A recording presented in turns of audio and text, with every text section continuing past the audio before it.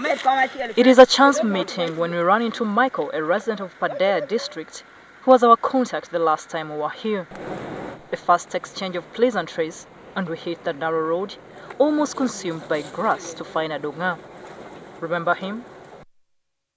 Knowing now that Adonga is at his uncle's home ignites a bit of hope. When we met him earlier, he was living in this house with his brother and father, David Olanya, who spent weeks away from home. Whenever he made those rare appearances, he was always drunk.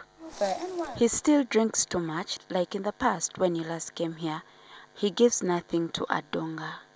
Adonga's mother has since made off with another man to Kitgum. On this trip, we are lucky to find the father.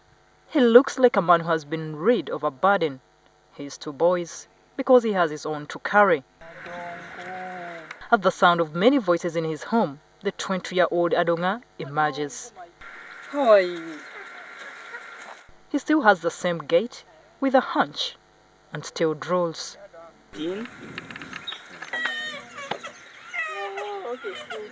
But does Adonga have medicine now? Have nothing to do with Adonga. No one can choose to go to Kitgum Hospital to get a medicine.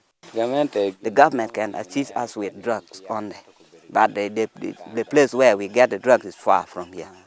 Meanwhile, the health of Adonga's cousin has improved. Her mother watches her all the time. It's been long since she fell into a fire. The man who was a constant threat to her since he attempted to defile her no longer lives in the area. From Adonga's home, we pay Marvin Opoka, another sufferer of nodding syndrome, a visit. He lives in Lagol UH village, not so far from Adonga. Such is the shock at the glimpse we have of Marvin from afar, inside a dilapidated hut, which has been his home since he started showing signs of nodding syndrome at the age of 5. We are yet to see worse. Marvin spends most of his days and nights naked. We insist that his mother dresses him up.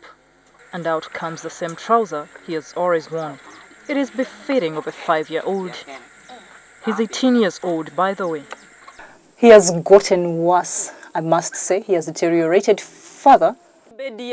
His mother has never given him any medication or sought care, and it seems she never will.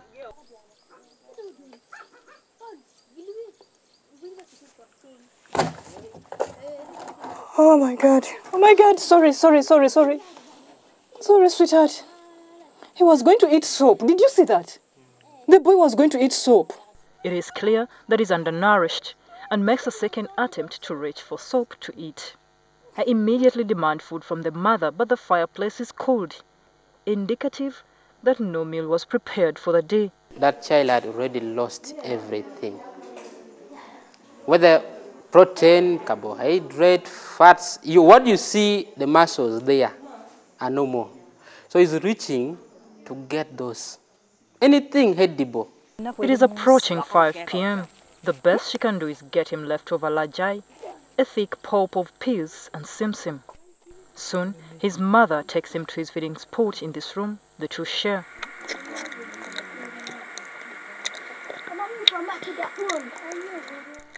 Getting the cold food down is not an easy task. Marvin's mother is completely worn out. She lost her husband earlier this year and is now looking after a son who could soon die. That calls for not only this thing left for the government to handle. We, the local people, we, the parents, are supposed to also handle this patient. I believe this child is just, somebody, you are a curse to the community, to my life. You get it? You are a curse to my life. I won't, even if you die now, I will not shed a spot of tear. On our way back, we find Adonga. He was collecting mangoes, his main dish. Yes, at 22, he's a man who needs to fend for himself. His father looks on, and we wait for Adonga to make it home.